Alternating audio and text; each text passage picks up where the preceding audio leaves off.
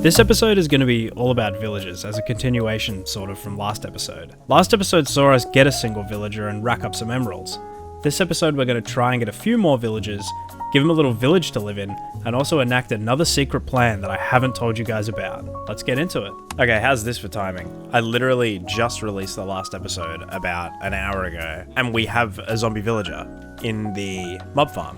So that is just like brilliant timing for me. But that's good, because that means we can get the librarian now. And that means we probably don't have to fish for 3 hours to get one mending book. Let's see, what do we need? We need the golden apple. Here we go. Perfect. All right, let's get this guy into place. Hello, mate. Oh, you got a straw hat on. Nice one. Come around the corner, trap you in. See you later, mate. Okay, perfect. And let's just do the exact same as you did before. Drop this guy down. Golden apple. And we'll just spam right click and wait for him to start transforming. Cool, we got him. And we'll move him out of here. And into there. There he is. Whee, there we go. Done. He has transformed. Now let's put down this lectern. He becomes a librarian with fortune 1. Thorns? Infinity. Okay, I've looked it up. Did not know this. Now that I've traded with this guy, this librarian's job is permanent, which actually is a little bit of a bummer.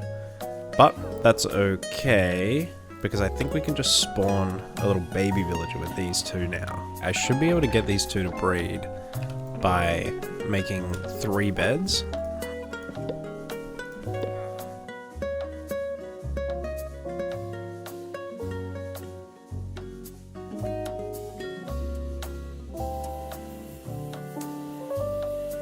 Oh, they're doing it over the anvil. Hey, look at that. Look at this guy. I just put fortune 3 on the pickaxe. Now we can put efficiency 4 on it. Straws, pickaxe. And the anvil still doesn't break. Let's go. Dude, look at this pickaxe, man. Fortune 3, efficiency 4. That is something else. Seriously, I cannot believe that. So let's give it a go, I reckon.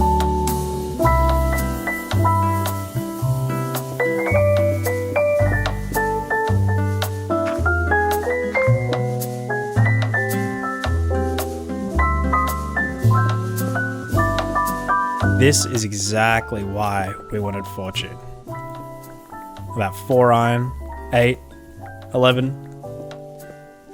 Dude, this is like almost the amount of iron that we had, literally, of all time, in one vein. Crazy. So our baby villager grew up, and we're just trying to get him to have a mending book so that we can just buy them on repeat, and I can put them on axe and shovel and all sorts of different things. So we're just going to keep going until we get a mending guy, and then hopefully the other enchantments that he gets are like really good as well. Oh, efficiency 4 is a really good book, but I think we definitely just need the mending book rather than the efficiency 4. Efficiency 5! Man, that is a good book. That is such a good book. Oh, do I take it? Do I take it? I don't know. Oh man, I don't know how rare that is, but that is such a good book. Dude, I think I have to take that. I don't know if I'm getting much better than that. That is such a good book. Alright, I'm locking him in. I'm locking him in. This took ages. We finally got a mending book. And I cannot believe how long that took. It was literally like, I used 2 axes, stone axes full of durability, just destroying the lectern to get a mending book. Okay, let's whack efficiency 5 onto this axe here. It still stands, the anvil.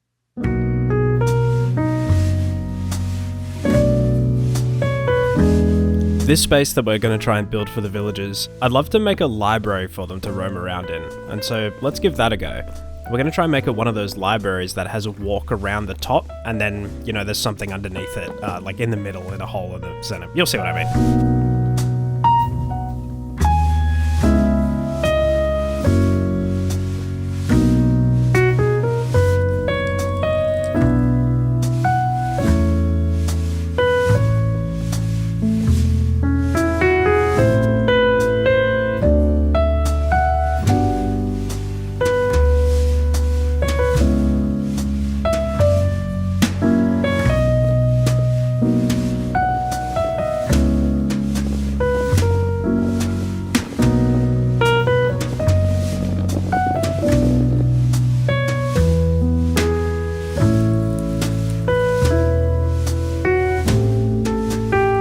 So our library's coming along and looking pretty good. Nice and homely. This sort of gallery walk is what I was talking about earlier, and I think we're going to have the villager village underneath this library, and I'm thinking of doing something like a spirally sort of staircase that goes down to it. For this villager village as well, I really wanted to not be able to see the chunk border on the outside, so I tried to go with a bit of a textured brick wall for this.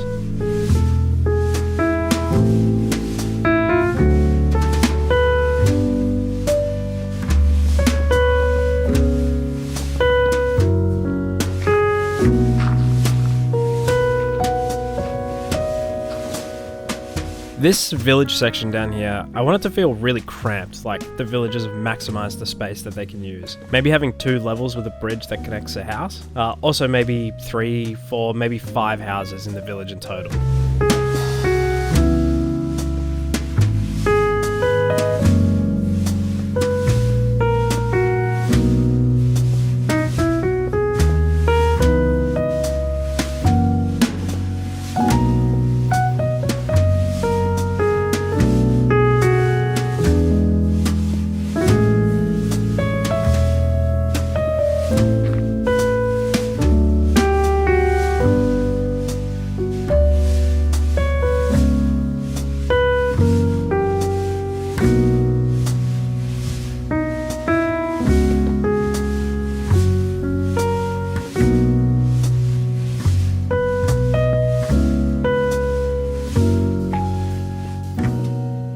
Here is the big reveal of the little village that we've been working on for the villagers. This is what it looks like. I mean, it's exactly sort of what I wanted, it feeling so tight and cramped and like all the space has sort of been used. Here's the first house. Looks pretty good. A little bed up here. I don't know if the villagers can actually use beds when they're like that, but then it comes down to here, to this one. Doesn't have a door yet. Yeah, pretty cool. Comes out and around here, like a little maze. You can go up these stairs, up and into this house here. There's 2 little bunk beds there. Obviously not a lot of room to work with. You can also go up and down this ladder. And that comes out to a bridge here, which comes out into this house here, which 2 of them will occupy as well.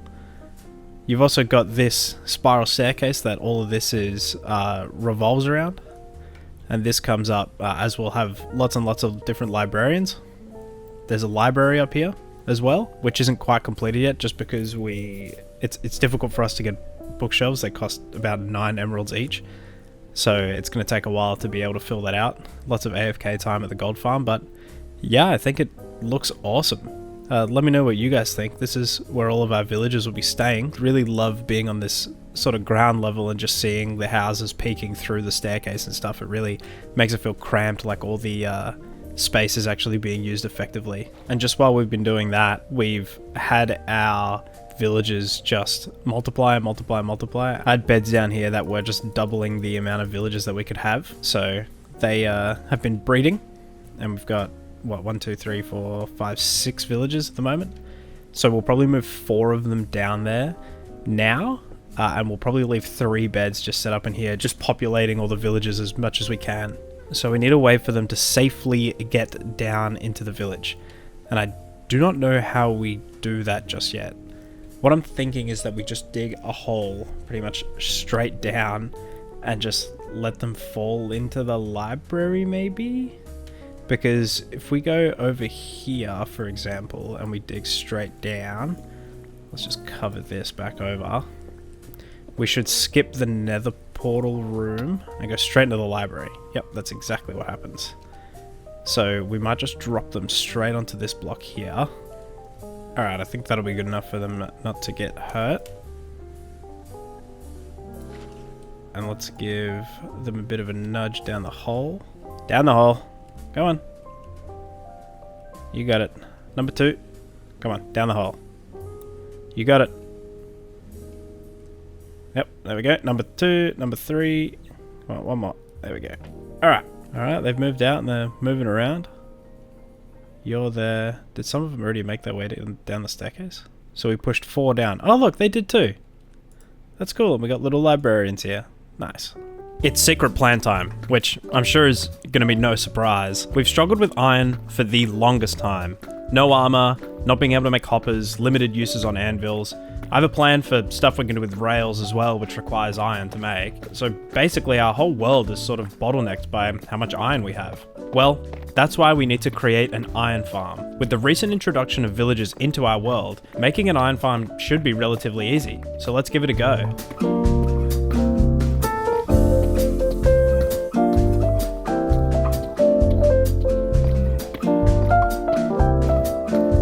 Now this is interesting. This is the first bit of diamond I've found with my new fortune pickaxe. So I am extremely excited to see how much we get out of this. Alright, here we go. Oh, it's a pretty big vein too. Alright.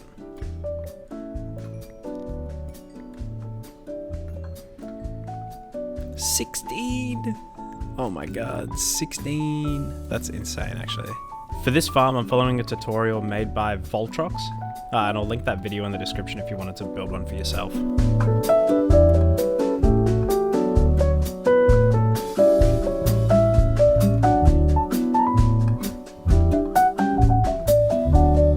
Dude, I got no idea what just happened, but he's now in the boat. I had my microphone muted, and I tab out to turn it back on to talk about what's going on, and he's now in the boat. So I'll take it. That's so lucky as well, just one zombie spawn down here. Alright, well, I am not complaining, that is for sure. Alright, now we just need to get the villagers down here and we should be good to go, pretty much anyway.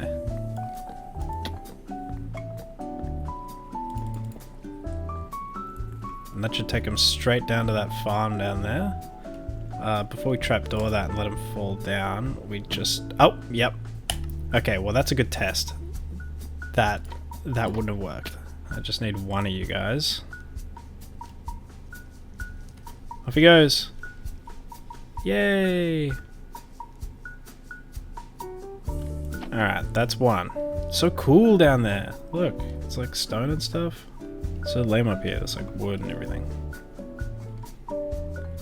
Yay! One more. You absolutely have to go down there. I'm sorry. We finally have 3 villagers down here. Oh, and they're all sleeping right now? 2 of them are already down there. Look at that. Look at them go. Okay, we just need one more to sleep in the bed. And he just went down there of his own volition, which is very good. And then we should get some iron golems spawning. So we do have a few iron to use.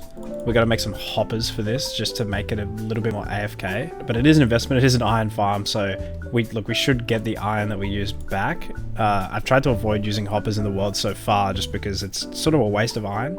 But as soon as we get this iron farm up, you know, we can start automating things like the gold farm and things like that, so I don't have to manually collect all the drops. Oh, look at that. It worked. There's an iron golem in there. That's cool. Well, that's awesome that it works. We will have to kill that guy, unfortunately, but that's cool. I'm glad it works. So we're just going to place the 2... Whoops. We're just going to place the 2 chests there with the hoppers facing into them, and this here will be slabs, so we can open the chest up. And just over here, we will put just some stairs in so that we can come in and reach the drops. Place some signs here, stick some water in the corners. I'll be back, I just need to grab another bucket of water. Look at that, guys already spawned in. Ah, cool. Literally walk down to just go and grab a bucket of water to fill this up, and there's already one here. Oh, that's so cool. This is so good. Alright, here we go. The final steps of our iron farm. One thing I dreamed of when I started this world to have. Here we go. And off he goes. Nice. We collected 3 iron. Let's go. It is time for a big reveal. I've been AFKing here for 4 to 5 hours editing some of this episode. And we're just going to see how much iron we've got from this. Whoa, look at all that. That's like what, 2 rows of iron essentially. That's crazy. I actually cannot believe that we have that much. When we first started this world, I thought iron is going to be our biggest bottleneck because we just have limited resources of what's actually in the chunk. And now we just have unlimited iron. This unlocks so much for us and I cannot wait to get into it. But that's all the time we have for this episode. Oh, there's another one there. I hope you enjoyed this one. Thank you for all the support and I'll see you in the next one. Bye.